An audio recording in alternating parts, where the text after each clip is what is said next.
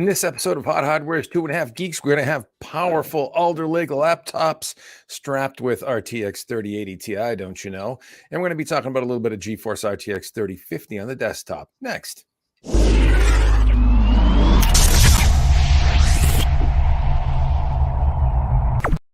Welcome back, my brothers and sisters, to another fine episode of Hot Hardware's 2.5 Geeks live stream. And oh man, is it hump day? I think it's hump day. Is it hump day, Marco? I think it is.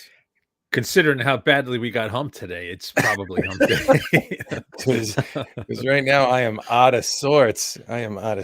My friend. Yeah, no, the audio demons weren't cooperating with me, and we have been running flat out since I woke up this morning, and it's been a busy week. But it's been a good week until we hit the hump. We should probably just switch. Let's just use laptops with integrated mics and regular 720p webcams. We don't need all this fancy production. Tato cam. There you go. Great. Tato cam, baby. Well, we didn't even have time to kick off the 5-minute countdown for folks, so the stream didn't get a chance to warm up. So we'll just have to dive in and have a little fun with it regardless. Chris is here. He's behind the knobs and dials. Chris is recovering from the vid, right, buddy? You doing okay? Yeah. That's all we're getting out of him today. He's a little bit under the weather. He and his betrothed, the ever fabulous Brittany, also contracted said virus. But hey, it happens, and the good thing is everybody's upright, so that's good. Gotta beat it and move on. That's all there is to it. Chris and Britt, they work in a college environment, so easy to contract things in those places. Let me tell you, serious footprint. What are you talking about? Like, college kids have the best hygiene and the best health practices possible. It just doesn't seem likely that anything would spread in a dorm/college environment. It's just ridiculous. Yeah, it just never happens. It never happens. You follow protocol, and that never happens. Yeah.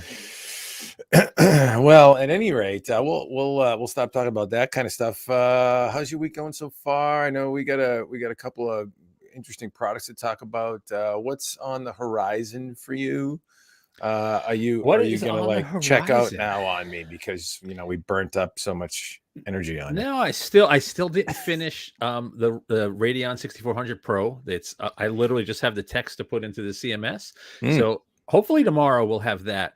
But between testing these two killer Alder Lake notebooks, between the 3050 article, so I know most people don't care, but when you revamp your test bed for mainstream graphics cards articles, it's a long time to generate numbers for like 9 graphics cards that are not the fastest graphics cards. So that was a ton of work the last week, but now we have fresh Windows 11 numbers with some new games with the latest GPUs.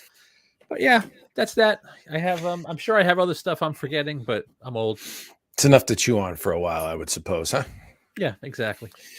There you go. Yeah, no, I was just reaching back there for the it's really not that heavy. I'm cheating on my curls lately. This is the I don't know if Dueling you can cut notebooks. out, Chris. Yeah. Dueling notebooks.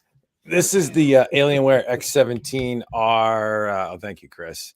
Alienware X17 R2, and it is strapped with Alder Lake. We'll be getting with that. It's also got a GeForce RTX 3080 Ti under the hood, and Marco's got the MSI flavor of that. Yeah, I have the MSI flavor and the Alienware. He has both. He's got all the notebooks today. But yeah, that's the GE76 Raider. I'm sure I'm not going to get this to focus properly, but we have come a freaking long way with gaming notebooks for something like this to basically be as fast as like a first-gen Threadripper in a 6-pound notebook that doesn't look like a boat anchor, that actually looks attractive. It's pretty incredible. We're getting ahead of ourselves, though. Ourselves. Yeah. But yeah, I don't know what you're talking about. Yeah, and then the rear of this baby, just it looks like a spaceship. We got like the Millennium Falcon going on here. I dig it. I dig it. That's a nice rear. Baby's got back. Lots of IO. We're a little loose tonight, folks. Sorry. But yeah, no, we've got a lot of good stuff to step through. I put some time in with that machine on video. You have to check out my review on that. If you're on the YouTubes, I'll drop the link in the chat. I think that'll work on YouTube for sure. Maybe Twitch will bounce it, because it's YouTube. But yeah, lots to chew on here, lots of good stuff. So we'll be digging in shortly. I don't mean to interrupt, but we were just making rear jokes, and Jeff Butts just showed up in the chat. That's amazing. You are gonna pick? That's his real last name, though. You gotta be careful. It's he put it on the screen, not me. Yeah. Well, I don't. We have to find out what nationality is that name. Jeff, by the way, is a writer extraordinaire for Hot Hardware. He's one of the new pens in our stable, and he's a real sharp guy. And yeah, Jeff Butts, good to have you with us on the stream, brother. I'm gonna mess you up, Marco, is what he said. So now you're in trouble. Oh, Jeff, no. Jeff, you are entitled to mess him up for that. Absolutely. Oh boy. Anyways, yeah, no, Jeff's good to have Jeff on the team. We have some other new pens. You may have new names you may have seen. Tim Sweezy is new with us, and Zach Killian, who came to us from the good old Tech Report. If you remember that place. Yeah, so a bunch of new names where we've been bringing on some help because we've been needing it, because there's lots to review. So and covering the news. So what do we do first? You want to chat about the Alder Lake mobile stuff, and then finish up with the 3050? Before we do that, in case no one was around last week, AMD also launched a new mainstream GPU. Stop by Hot Hardware to look at the 6500 XT. Oh yeah, I forgot all about that. That launch is somewhat of a stark contrast to NVIDIA's launch today, but you don't want to miss that. It's an important low power mainstream GPU. So hit Hot Hardware to check that out. There were tons of popular news articles that went up last week.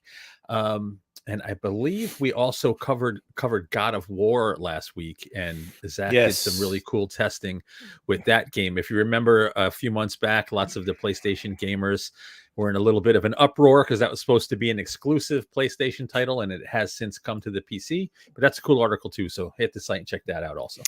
Yes, thank you for those reminders. My scattered aging brain did forget those. RTX, 6500 XT. Kind of missed the mark in a lot of places, namely performance. But it's funny, if they had just called it a 6400, I think there wouldn't, and maybe 179 instead of 199. I don't think there would have been as much of a pushback. But at $200 with 6500 branding, wasn't a home run. Bit of a miss, yeah. And others were not so kind. Let me tell you, you're being diplomatic. And God of War, by the way, moving on to something a little bit more on the positive side of things. God of War, if you haven't played it and you do have a chance to get your hands on it, fantastically fun game. I actually don't have a lot of time to game. I need something that sucks me in quick, that I can pick up and put down. And I'm just playing the regular storyline, and it's a lot of fun. It's really just engaging. It's well done. The voice actors are great. The visuals are fantastic for a couple-year-old game. It really looks great. So really impressed. And yes, Zach did a real good job taking a look at not only gameplay, but performance with a bunch of upper mid-range GPUs. So check that out. I just dropped the link in the chat for that too. Cool. Good stuff. And yeah, so I think that wraps up what's on the site. By the way, we will be, before we get to the meat here, we will be announcing winners to the Lenovo New Year, New Gear giveaway, which we have wrapped up. We have chosen 3 winners. We haven't announced them yet, but 3 lucky folks will be winning some seriously good Lenovo gear. Let me drop a link in the chat. ThinkPad X1 Carbon Gen 9, which is my daily driver. Love that machine, is one of the prizes. That's the top prize. Lenovo Yoga 9 and the IdeaPad Duet 5, which is a Chromebook. So those 3 devices we're going to be giving away. I'm going to be making some happy folks in the next, I would say probably tomorrow we'll announce. Right, Marco? Yes. Oh, definitely. Okay. Okay. All right. So let's move on. Let's dig into the good stuff. That was quick, huh? All right. Yeah.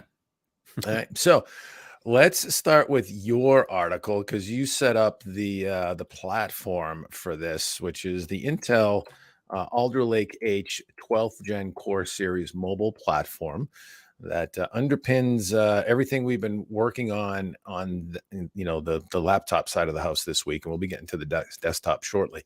But infused with an Intel Core i9 12900HK. We had Marco took the MSI G76 Raider for a spin. It is based on Alder Lake. It is a 14-core, 20-thread CPU for Alder Lake mobile platforms. And this is a gaming notebook. Now, we are still waiting to get our hands on Alder Lake U, which will be the 15-watt power envelope that you find in ultralights and ultrabooks and Evo class machines. But to look at the big guns, if you will, in laptop silicon for Intel with their 12th Gen Core Series platform, that would be this beastie right here. And boy, were we impressed. Am I right? It's pretty impressive, yes. So the machine itself, the GE76 Raider, physically, it's similar. Actually, it's identical to last year's model that had 11th gen, and I think that was even almost an exact duplicate of the 10th gen version. But the platform inside completely revamped.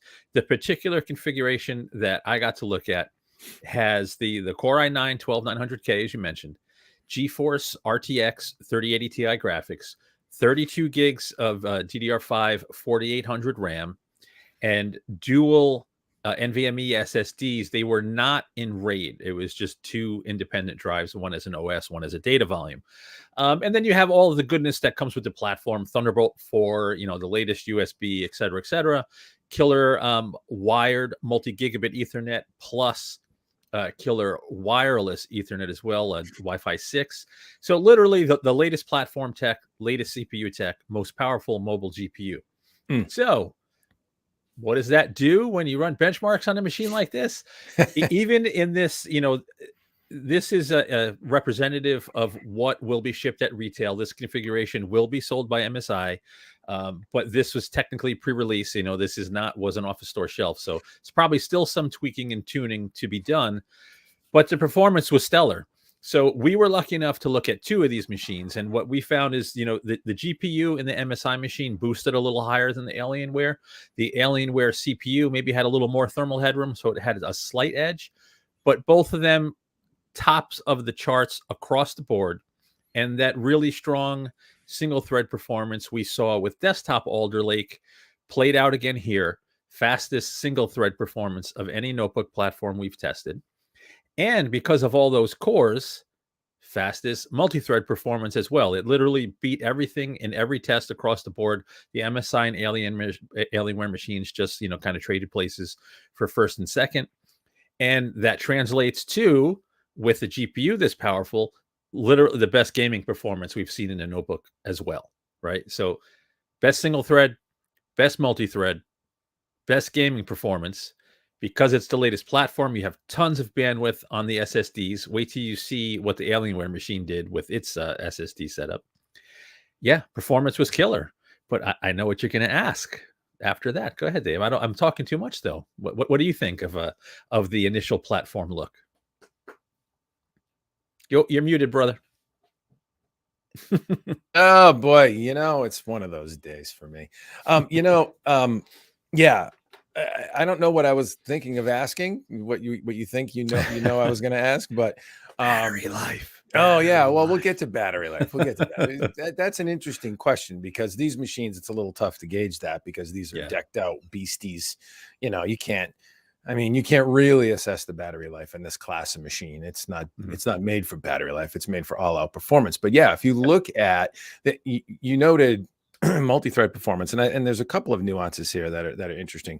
Serious multi-thread performance because you're talking about a 14-core chip with 20 threads, and let's rehash real quick the hybrid architecture for Alder Lake, for Intel's Alder Lake 12th gen mobile platform. just like desktop. Performance cores and efficiency cores. In the case of the performance cores, you get multi-threading. In this case, in a 14-core chip, you've got 8 and 6, right? Yeah, so 8 performance cores, 6 efficiency cores. The efficiency cores are not threaded, so that's why you get that 16. I Did I have that right? I think 8 you had and it 4. flipped. No, 6 performance cores, 8 efficiency cores. 6 and 8. Okay. Did I have it flipped? Yeah, I did have it flipped. My bad. Maybe I don't remember. Whatever. Wait a minute. I'm It's a going back mix. now. Now I have to go back and look at my notes. No, this is yeah. So yeah, I'm looking right now. 20 core, 8 efficiency cores, 6 performance cores. Yes, I had it flipped. My bad. So yeah, the 6 performance cores, you get 12 threads, right? And the 8 efficiency cores, you get 8 threads because they're, they don't support hyper threading or symmetric multi-threading. And so, but logically, you would think with a 14-core CPU, of course, it's going to skunk anything we've seen from either AMD or any, CPU in a notebook over the years, because just a lot more cores going on in that same 45-watt power envelope that, on the high end has been in this class of gaming notebooks. So really just, as expected, what will be interesting, and these are the two little wrinkles. What would be interesting to see is how the other variants of Alder Lake map out, even in the 45-watt class. So let's say the 8-core, 12 Core i5 12450, for example. Now you're talking 4 performance cores, 4 E-cores. How's that going to match up versus a 5900, let's say, a Ryzen, what is it, Ryzen 9 5900 or whatever the top end Ryzen SKU is in mobile? It would be interesting to see that because, we know these 14-core chips are, they got a lot more resources on board, and that's to be expected. What was not to be expected is, or I guess wasn't a given, was how strong the single thread burst performance was as well, the responsiveness. And I think a couple of the tests we do, speedometer is one of them, and there's a couple other ones to check that. Really just off the hook there too, right? Yeah, it literally was swept across the board in terms of performance. Like when we checked out the desktop processors, we saw this kind of similar spread where in a single thread, bursty kind of workload, you get this huge increase in performance with Alder Lake, and it played out in mobile as well. Yeah, and that's a good chart right there, and it shows you the spread here. So the 2 Alder Lake mobile laptops on the top. As you can see, 100 points faster than the, fastest Ryzen 9 5900 HS number we have in the chart. And that's in like a turbo mode for the Zephyrus G15 from ASUS. We should qualify though, right? Just to qualify this benchmark, we don't get to keep all of these notebooks, right? So these numbers were run when we had those other notebooks in hand. I would suspect if we had that Ryzen notebook today, with fully updated Windows 11, that number would be better, but that's the business we're in. We don't have all the notebooks all the time, but that's representative of when we reviewed it. So good catch, good caveat to throw in there. Yeah. But I think it's relative. They may have gained, but they're not going to close that kind of gap. No way. Not even close. But yeah, at any rate, this is basically a benchmark that is processing JavaScript. It's a web application benchmark, and it's designed to test, bursty workloads and responsiveness. And so, yeah, impressive performance there too. And yeah, I really want to see how this thing plays out, how this platform plays out in lower power envelopes, because, when you can throw all the juice at it and all the cores at it, yeah, of course it's going to look good. But I think there's a lot of promise when you look at the single thread, performance there. How or the lighter duty performance. I wouldn't say it's single thread, but the lighter duty performance and a response measured benchmark like that. It'll be interesting to see how the lower power envelopes perform, because they may be pretty darn strong in their class as well, right? I think they're gonna do well. And I'm gonna go back to the desktop again. Like if you looked at the desktop, the Core i9 12900K looked phenomenal in this. It used much more power relative to the Core i5, but the Core i5 had like a relatively tame power envelope with that still really strong single thread and excellent multi-thread. Like it was the Core i5 was a really nice looking chip. So I expect the same kind of spread to happen in mobile. Yeah, we're talking about much lower power envelopes, but I think relatively speaking, it's still going to be strong.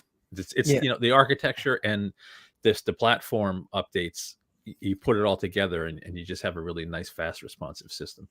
Yeah. Yeah. Do we have any questions in the chat? If you guys have questions, by the way, fire away. I don't know if we missed any. Well, we don't have, I don't think we have questions that I didn't commentary. answer in text. Yeah, we have Michael Skinner making some comments. He's referencing Linus's review, claiming Intel is, undisputed leader in high-end laptops. We'd have to absolutely agree. But, what this performance requires is power. So, Chris, would you be able to go to the battery life charts and the power chart that I have? I think it's either the last page or the third page of the review. Yeah, it's some interesting info there. So the MSI, oh yeah, it's highlighted probably. So this particular GE6 Raider, GE76 Raider that I tested offers 2 modes of operation for the discrete graphics. You can use the typical advanced Optimus hybrid graphics mode.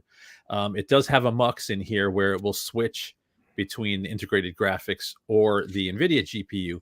Or you can use, a full performance. They call it discrete mode, where the discrete GPU is directly connected to display at all times and is always lit up. Right. So that's how I tested, but I tested battery life both ways. So even though we're just doing, so this first chart is just video playback, right? You would think everything would scale down completely and use the least amount of power. It's using the encoder to play video or decoder to play video, and you'd get, the best battery life possible or some great battery life. But you could see that big disparity, right? It's basically twice as fast in hybrid mode. I mean, sorry, the battery lasted twice as long in the hybrid mode. Yep. And these gaming notebooks never offer phenomenal battery life. It's just too much horsepower. This machine is likely going to be the best battery life of gaming notebooks because it has the largest battery you can possibly put in and still travel. It's 99.9 watt hours. I don't believe you can be at 100 and get on a plane. So it's at 99.9 watt hours. And this is what you see. Now, Chris, if you can just scroll a little bit more, we also have gaming battery life. This, the result was basically the same, whether in hybrid or discrete mode, because it was using the discrete GPU anyway. And you could see the 11th gen version had much longer battery life. So peak full load power is higher on this platform than the last one. That previous gen machine was using the 11980 HK with the same 360 hertz display and a regular 3080, so not 3080 Ti. So there was some more, resources in this machine, but you can see there is a significant reduction in battery life. And if you could just go one more chart, Chris. This is something most people probably didn't test, but I just was experimenting with power consumption. And this is why, so 99 watt hour battery, peak power is 258 watts. If it was at 258 the whole time, you would have got less than a half hour out of the machine, so yeah, when everything is lit up, these things can definitely use power. So that 45 watt Alder Lake-H, that's like the base power 45 watt. It definitely turbos much higher because the GPU is bouncing all over the watts. place. Yeah. That was a lot of talking. Sorry. No, it's good. It's good analysis. Yeah, I know it's interesting to see that. I mean, man, I guess the comparison to look at though is, as you noted, versus the previous gen, it's real hard. It's hard to dial in comparable notebook platforms so that you can freeze a moment in time and then, measure everything. Because, the previous gen MSI G76 Raider was just set up slightly differently. It didn't have the TI. And when you push a GPU past another thermal envelope, by the way, and another TGP power envelope, you really start to crank on power draw. It's just the way those things are. They're power hungry, and the harder you push them, the more they draw. So, it's hard to make that comparison, but yeah, to see the drop off, I want to see, that's why I want to see more machines, different classes of notebooks in the market with very similar silicon setups to make some comparisons, because I think we're going to be pleasantly surprised in the battery life for some of the ultralights when you can, do, especially doing things like, basic, like we do with the video loop test, streaming 1080p video, for example, that's going to be just kicking around on efficiency cores. And I would think you're probably going to see some really nice gains in the ultralight category and some of these other nuances that you can't really suss out with big, beefy, gnarly gaming laptops like this. They're just not built for it. Yeah, exactly. You're 100% right. I'm gonna pop 2 quick comments up. We had Michael Skinner saying, Yes. he had originally thought the Alder Lake was going to be awful because of the difference in P cores and E cores. Yeah. If you go back to pre-Alder Lake podcasts, I'm not going to say I was fully skeptical. I tend to be cautiously optimistic with this stuff, but I thought the same thing. I thought it's always going to be waiting for that slowest core, and what's that going to do with scheduling? But Thread Director and the platform updates, and the relative strength of the P cores is just phenomenal. And then we have Hotter Than Hotmail at hotmail.com. Yes, what do you think of the huge question? The huge price increases of Great all these username laptops too. So like everybody, I hate huge price increases, but that's just the reality we're in the current, with the current shortages and the 2 years into a global pandemic. The cost of literally everything from the cardboard boxes that carry these things to the plastics to the metals, the cost of everything has increased, and that's going to get passed on to the buyer. That's just how it's going to be. No one loves price increases, but it's unfortunately our reality for right now. Yeah. I think that's just one of the things. That was my answer too. I don't think it's indicative of the platform cost with Alder Lake. I think it's more indicative of the shortage and the dynamic, the market dynamics we're in right now. I mean, these machines also have a 3080 Ti on there, so and 360 hertz panels. So if you're looking at MSRPs, we also got on the Alienware machine, which we haven't got to yet, by the way. We should really talk about that quickly. Yeah. The Alienware machine came with 64 gigs of DDR5 memory. DDR5 memory is brand new. That's got to come down in price. I mean, as new technologies like this mature, they come down in price. It's just the way it is. You get volume, you get economies of scale in manufacturing, and that also is a dynamic that will drive price down. So what you're seeing right now for street price, MSRP or whatever, it's going to soften. Just the traditional brand new technology is just the way it is. And I also will toss in a link in the chat here, which is maybe a little glimmer of hope on this topic, by the way. Graphics card shortage could ease as street prices finally start to drop. Now, basically we've been, there's been a few folks that are tracking the GPU pricing in the market, specifically GPUs. And yes, there is a softening going on right now. It's relative. They're still ridiculously expensive. But we're also hearing rumblings of substrates, silicon substrates, part of the packaging materials list to assemble GPUs that are also becoming more available. And supplies are starting to free up a little bit with the substrate, which was the biggest, I guess, longest pull in the shed that would, affect pricing. So hopefully we get some good leading indicators here, right? Yeah, fingers crossed. It's not going to last forever. Where all the cryptocurrencies are tanking, so we'll see. It's not going to be overnight, but we got to keep riding it out. We've made it through this long. I think computer and PC enthusiasts are a stubborn bunch, and we'll get back to normal soon enough. And just quickly, because I don't want him to leave, there's no way I'm going to pronounce this properly. The 3050 came out this morning. We haven't talked about it yet. We'll talk about it after this next segment. We're going to talk the Alienware notebook, then we'll get to 3050. Coming up next, yeah. So this is the Alienware notebook right here. It doesn't fit on the screen unless you go full screen, Chris. But this is the Alienware X17 R2. My lights are blowing it out. Let me see if I can open it up. It is a 17.3 inch. This is the FHD display, 1920 by 1080, 360 hertz refresh, G-Sync with advanced Optimus. I wish I could get a little bit more light on it, but really nice. You can see the honeycomb venting up top, individually backlit, Cherry MX ultra low profile key switches. I mean, it is a beauty. It is a really well designed machine. The only thing they could have done better was the function buttons up top, the little icons that tell you what the function does, are not backlit. They're silkscreen painted on, and they need to make those backlit too, because you can't really see them at night. But at any rate, really great looking machine. That's a much better picture right there. Thank you, Chris. And just really well designed. That's the Alienware Legend 2.0 design language, and it's just a beautiful sort of futuristic look. I love the flat white, what they call lunar light finish, which is a really good looking finish. And it is also strapped with the identical configuration that Marco tested in the MSI G76 Raider. It has Alder Lake 12900 HK, 14 core CPU, turbo boost to 5 gigahertz. It has 64 gigs, actually. So it's got twice the RAM you had, but 64 gigs of DDR4, 4800 megahertz memory in the machine we tested, and a GeForce RTX 3080 Ti with 16 gigs.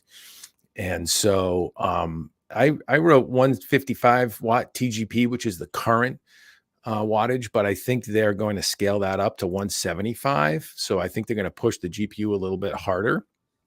It actually trailed in the benchmarks just by a hair versus the MSI machine in gaming because of that. I think they went a little bit conservative. These are currently pre-production units, although you can order them today. We got pre-production units. So at any rate, yeah, this machine actually excelled in the CPU benchmarks, besting the MSI machine, but trailed slightly in graphics and gaming, just because they dialed the 3080 Ti a little bit softer. But really just beautiful machine.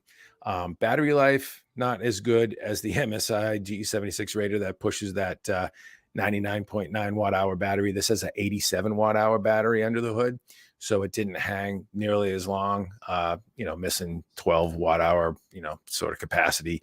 But it also has a dialed up panel and, a few other things going on there. More RAM, we had to light up the whole deal. So, but yeah, as you can see, great CPU scores. And, even especially in like the single thread and multi-thread and then, office productivity there at PC Mark 10, but the gaming chops, right up there, really just, trailing right in behind the G76 Raider. Also relatively tame machine from an acoustics standpoint. I think we recorded something like 48 dB, like a foot, basically where your face would sit in front of the machine, a 48 dB output, which for a gaming laptop is not bad. I don't know why we're getting blanks. There we go. That image was taking a bit to load. Gears 5 benchmark there, but yeah, 48 dB, which is not bad. Anytime we're under 50 dB for a gaming laptop, that's pretty tame acoustics. And thermals were okay too. We spiked at like 130 F, just under the display, but all around the keyboard and even underneath the machine, it doesn't get that hot because it's a big machine. It's 6.8 pounds, not crazy heavy, but it's a 17-inch machine with lots of cooling. There's quad fans underneath. By the way, socketed DRAM or socketed SODIMMs, as well as SSDs, and it has dual M2 sockets, and they actually put a RAID 0. Chris, I don't know if you can put one more picture up. The RAID 0 array with this thing, it has dual PCI Express Gen 4 M2 SSDs or NVMe SSDs in RAID 0, and it put up, there's the build right there. It's a great design, real accessible. You can get at the battery too, but it put up 13 plus gigs a second in Atto for sequential transfers. Yeah. So we have, I was going to say, we have the Atto score on the previous page, Chris. Yeah, that's what I was thinking of. Yeah. Just quickly, this was Blix's reaction to that machine. That is exactly right, Blix. That's how you should react to this machine. And Jeff was asking how loud the fans are. We will show you the decibel meter in about 20 seconds, I would guess. It's on this same page. Scroll down, Chris. That's that thermal meter just under the display. Little toasty there, but nowhere where your hands are going to be. And there's the dB meter. Yeah. So, and again, if you're, when you start getting to 50, 52 dB, it's when things get a little annoying. If you're under 50 dB, for a gaming notebook, that's very respectable.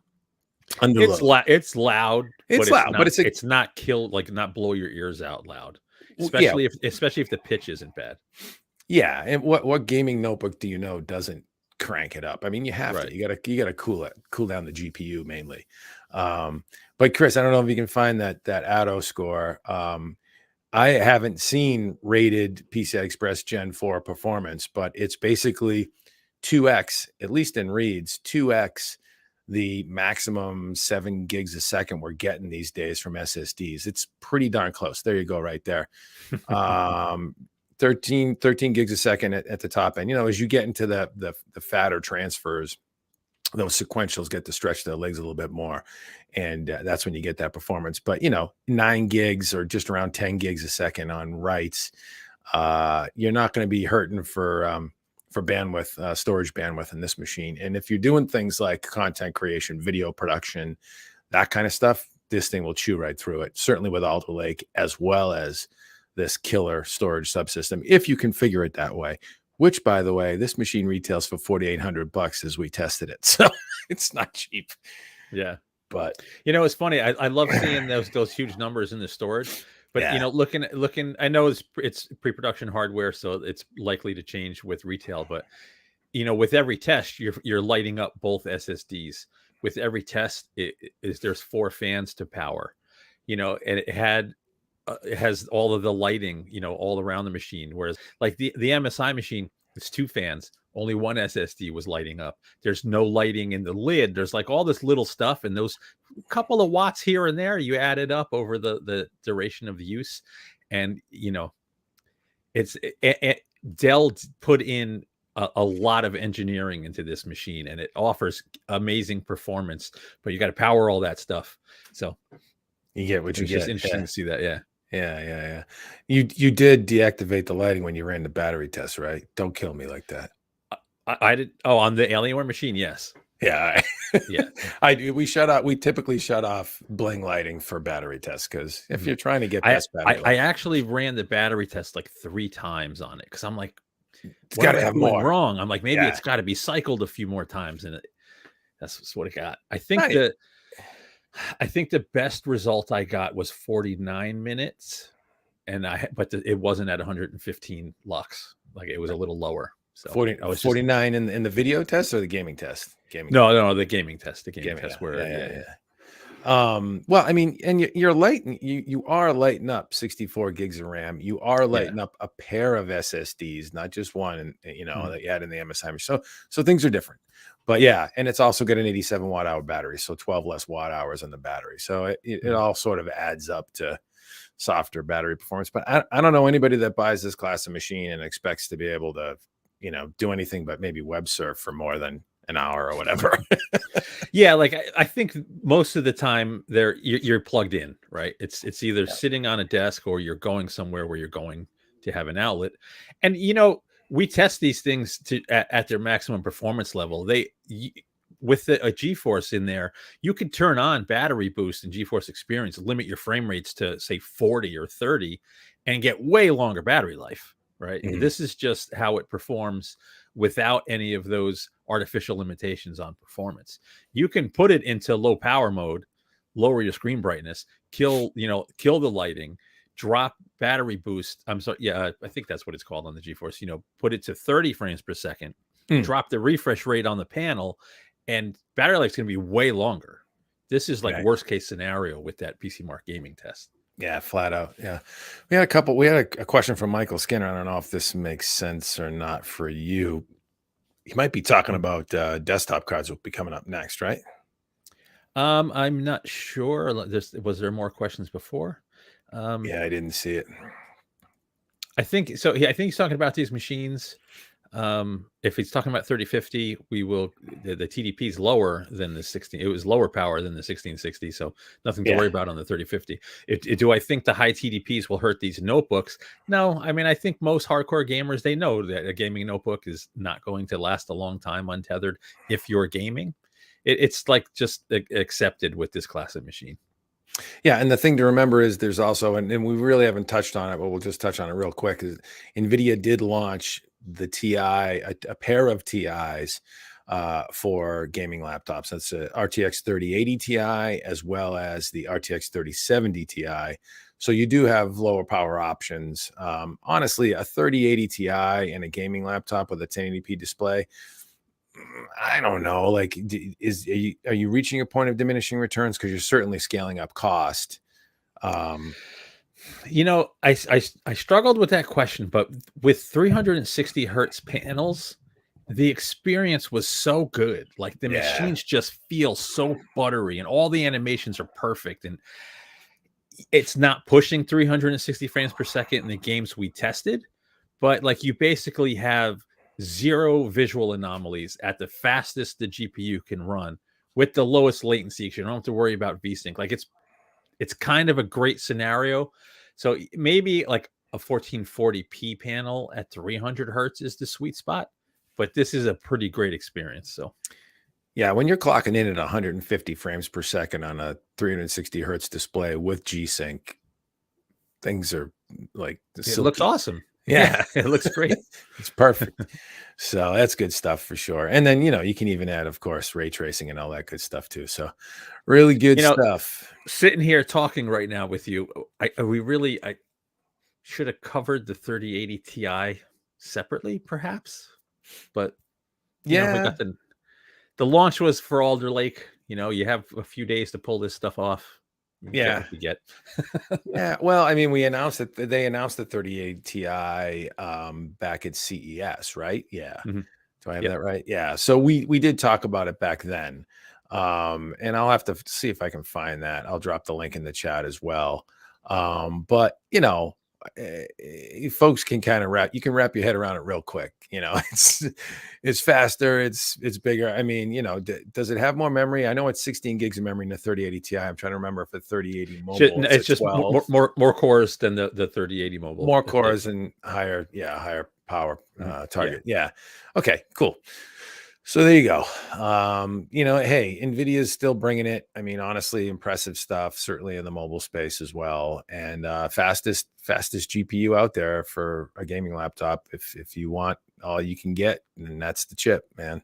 It's not going to be cheap, but I know we gave it away in the intro, but if you built like a first gen Threadripper, like a 1950X with the best graphics card available at the time back then, this notebook is faster. It's crazy. Yeah. No, it's good stuff. It's the march of technology that keeps us excited here, right? Mm-hmm. So, all right, let's move on. We might as well. I think we've beaten this one to death, but check out the reviews at Hot Hardware. Both machines are orderable right now. Actually, by the way, the Alienware machine, they're still loading up configs on Dell.com, I believe. Like you can get the 1080p 360 hertz display. I don't think the 4K option is available yet if you want the crispy pixels. And if you want the 64 gig of RAM option, I don't think that's available yet either. And also, pro tip, I think they're adjusting pricing because it's supposed to be an entry-level price of $22.99 on that machine, currently marked at an entry-level price of $24.49. So I think you're going to be waiting just a couple of days. I heard end of the week. They're going to get that entry-level price adjusted properly. And the MSI machine, I think that platform has been around for a while. Is that for sale yet? I didn't get specifics. It did not come from MSI, so I don't have the full specifics. Yeah, the GE76 Raider is typically actually not like it has a price premium, but it's not in the complete upper echelon of pricing for gaming notebooks. So it's going to cost a pretty penny for such a beefy configuration, but I don't have final numbers there. Yeah. All right. Well, at any rate, check them out. You can check them out at Hot Hardware, and if you're interested, you can probably find them online now. So that's a beautiful thing. We're not talking about paper launches and vaporware. This stuff's real. It's available now. Hopefully like this next fellow that we're going to talk about, and that is the GeForce RTX 3050. And that is the EVGA something black, right? What is it? The XC Black. XC Black. Yeah. So there you go. Dual axial fan jobby, looking pretty swank. Nice form factor, I would say too. Single PCI Express power connector, 8-pin power connector on that. And yeah, it's priced at MSRP should be $249, should be $250. I'm not sure what the street prices are right now. I'd have to go look. I'll have to go bang around Amazon while you're talking about this, Marco. But I couldn't find any just a few minutes ago. So even a few minutes ago, crap. Yeah. Lovely. Well, at any rate, this, honestly, for us, this felt like what the Radeon RX 6500 XT should have been. This is, it's $50 more. I think Radeon is $199 for the 6500 XT, but this delivers the class of performance we expected at the price point and at the branding. And yeah, what were your thoughts? It's a very, I guess the word I'm looking for is probably respectable and, a solid offering, good value proposition in the market for what it's targeted for. Right. Like we have to talk MSRP. We're going to talk MSRPs, right? Because eventually this stuff's going to come back down at its MSRP. And given its branding and target, NVIDIA ticked all the right boxes. You mentioned the 6500 XT from last week. If you take a model number of a GPU and you give it a generational advance, so if you go from a 5500 to a 6500, you're expecting a totally new generation of performance, right?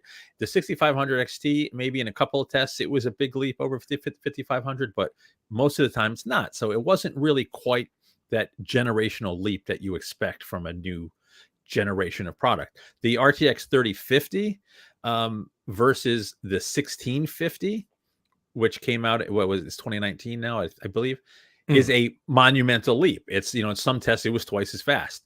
It has 100% of the features of the other 30 series Ampere based GPUs, whereas something like the 6500 lacked video encode acceleration, right? And lacked AV1 support. So in that regard, the 3050 is, it ticks all the right boxes, and it kind of fits exactly where the branding suggests it would. If you hear RTX 3050, you think, okay, big leap over the 1650 and a notch behind the 3060.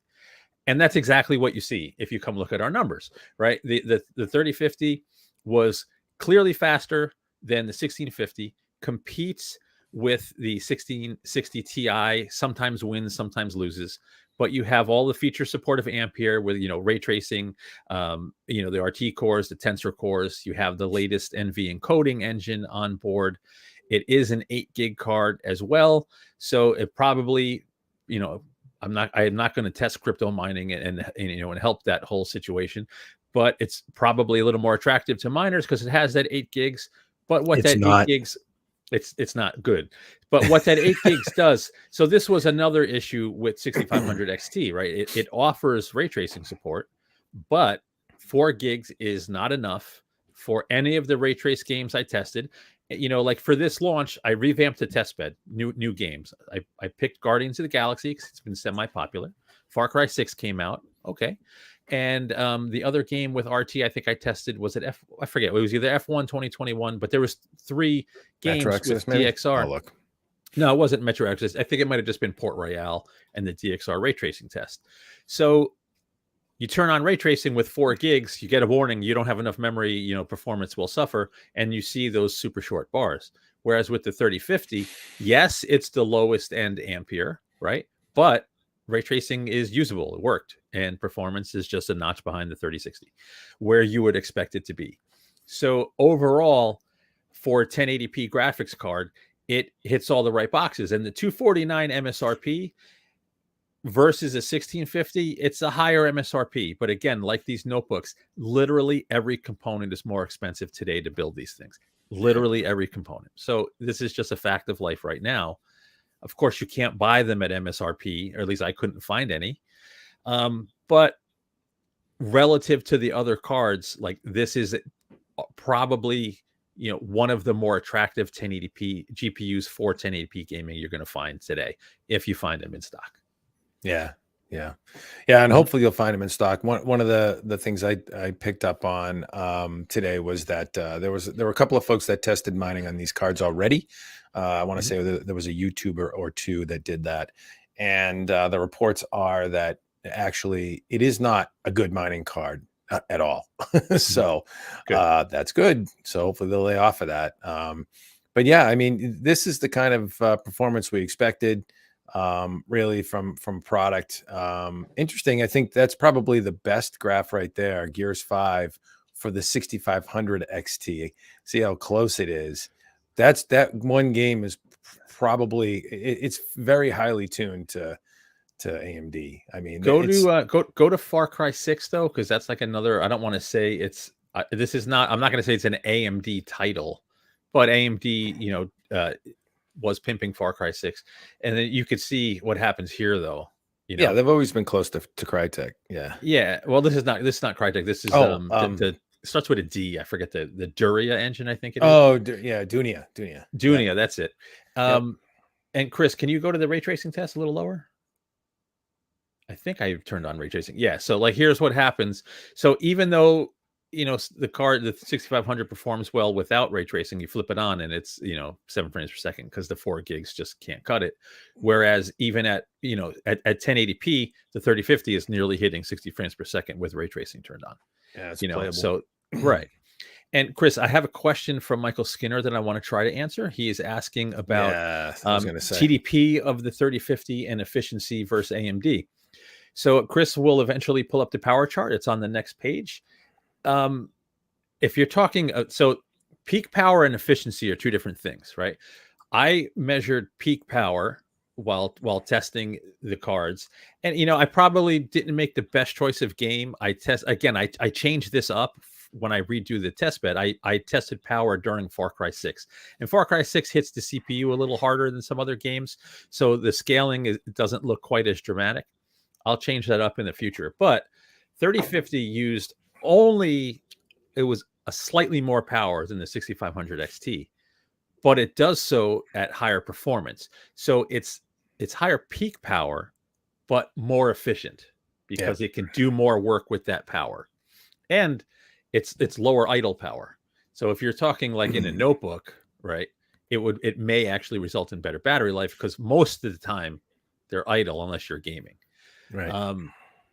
But it's efficient in a desktop. This class of card, you don't really have to worry about power at all. They're like the lowest power mainstream cards, and this card does not get loud and doesn't put out any heat. Like while overclocked, I think I hit like 70 something C with the power target turned all the way up. It never hit the power limit, and temps like never even hit 80 on the GPU. So just zero concern really. And that's a very telling graph as well. If you look at the load power line, the 3050 versus the 6500 XT, you're talking 15 watts of additional load power for the 3050. This is system level, by the way, folks. This is the entire system, but it's the easiest way to get a measurement versus measuring directly on the card. So total system power scales up only 15 watts under load with a 3050. When you consider that for all the performance, the extra performance you're getting versus the 6500 XT, it really does speak to the efficiency of the architecture. This card, it's pretty darn good performance per watt, and it's better performance per watt, obviously. And when you add in the fact that you've got an additional 4 gig frame buffer that's lit up, so you get 8 gigs of RAM on the 3050 as well, versus a 4 gig card on the 6500 XT. I mean, that's a great story. That's better. It's better than what we're seeing from currently from RDNA 2. It just is. Yeah, with this particular class of card, its power is not a concern. Michael's also asking, he's curious how it would do with the latest Core i5.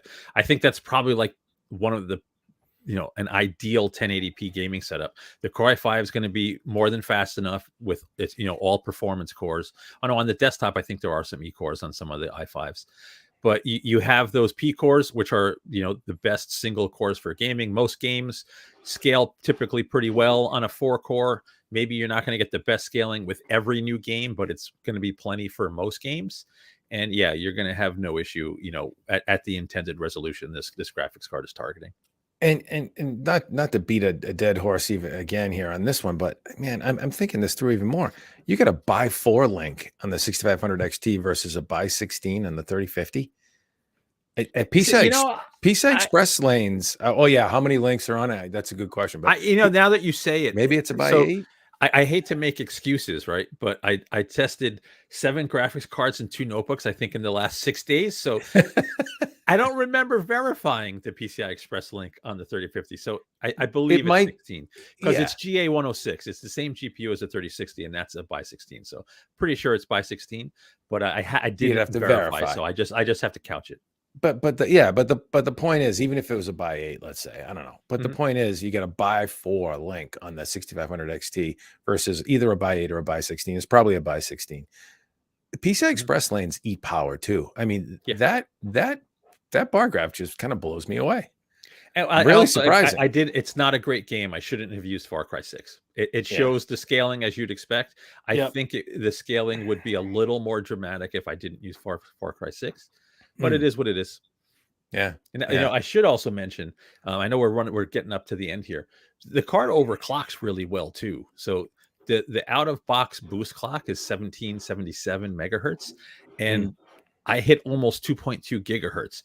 Now, the memory, I only got it up another 300 megahertz effective. So you're not going to see huge boosts across the board because bandwidth isn't increased. But it is, and I didn't hit the power limit while overclocked either. So like there's lots of tinkering you could do with this card. Yeah. Yeah. Good stuff. Mhm. Good stuff. Yeah, no, impressive. I mean, really, and the performance per watt story is impressive too. I really would expect to see the 6500 XT and that power graph just sipping power comparatively, and it doesn't. That's just With wild. right, yeah. Well, with your current setup, I mean, we'd have to Mhm. probably look at it. You can look at it a couple of different ways, right? Um, Well, so I tested on a 5950, right? The most powerful AMD processor. Let's say you swap that for a 6 core, right? That uses a lot less power. And I didn't use Far Cry 6, which doesn't hammer the CPU as hard. Now you then change you're the gonna scale see, of the right? bar charts. It might have looked different, but the cadence would have been the same, right? The way they finished would have been the same. The delta would have changed. Right. Yeah. I'll have to dig into that a little bit more. That's interesting. Didn't we have a way to measure Yes, PCI Express power? Yeah. it's installed in my X299 previous gen Yeah. graphics test rig, and to transplant it to the new system, I haven't done it yet. Yeah. To measure the actual power feed. Yeah. Yes, I do have the stuff. It's just not transplanted to the new rig yet. Yeah. We'll have to unwrap the onion a little bit more at some point. Mhm. That's Definitely. interesting stuff. Interesting stuff for sure. Well, I think that about wraps us, right? I think so. I think so. it's time. Yeah, I think it's time.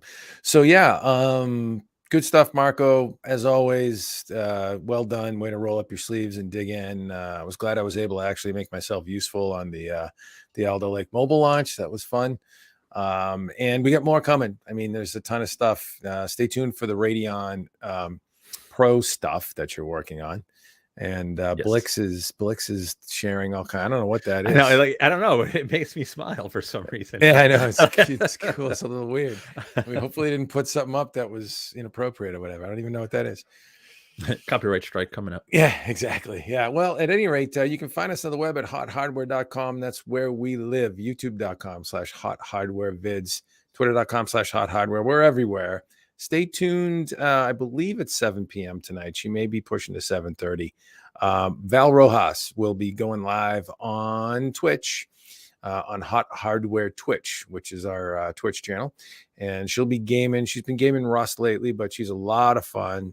She is a bright, bubbly killer gamer, too. She's really been honing her chops, Mark. I don't know if you've seen her lately, but she can bring it. So, yeah. I watched for the cat when Apollo walked all over. She has a cat, a big cat called Apollo. It's a cool name and a cool cat, and he does make a cameo once in a while. Yeah. Good stuff. But yeah, she'll be coming up this evening. So check out Hot Hardware Twitch. Hit thumbs up and subscribe here and there, so that you get notified when we go streaming. And stay tuned to Hot Hardware. Tomorrow we'll be announcing the winners of the Lenovo New Year New Gear giveaway. Those babies right there up for grabs coming tomorrow. 3 lucky people will be announced, and I'll be shipping them because I have the box of goodies right here. And so they're going directly to the winners from me with love. So there. All right. Nice. And with that, we will bid you adieu and thank you so much for stopping by.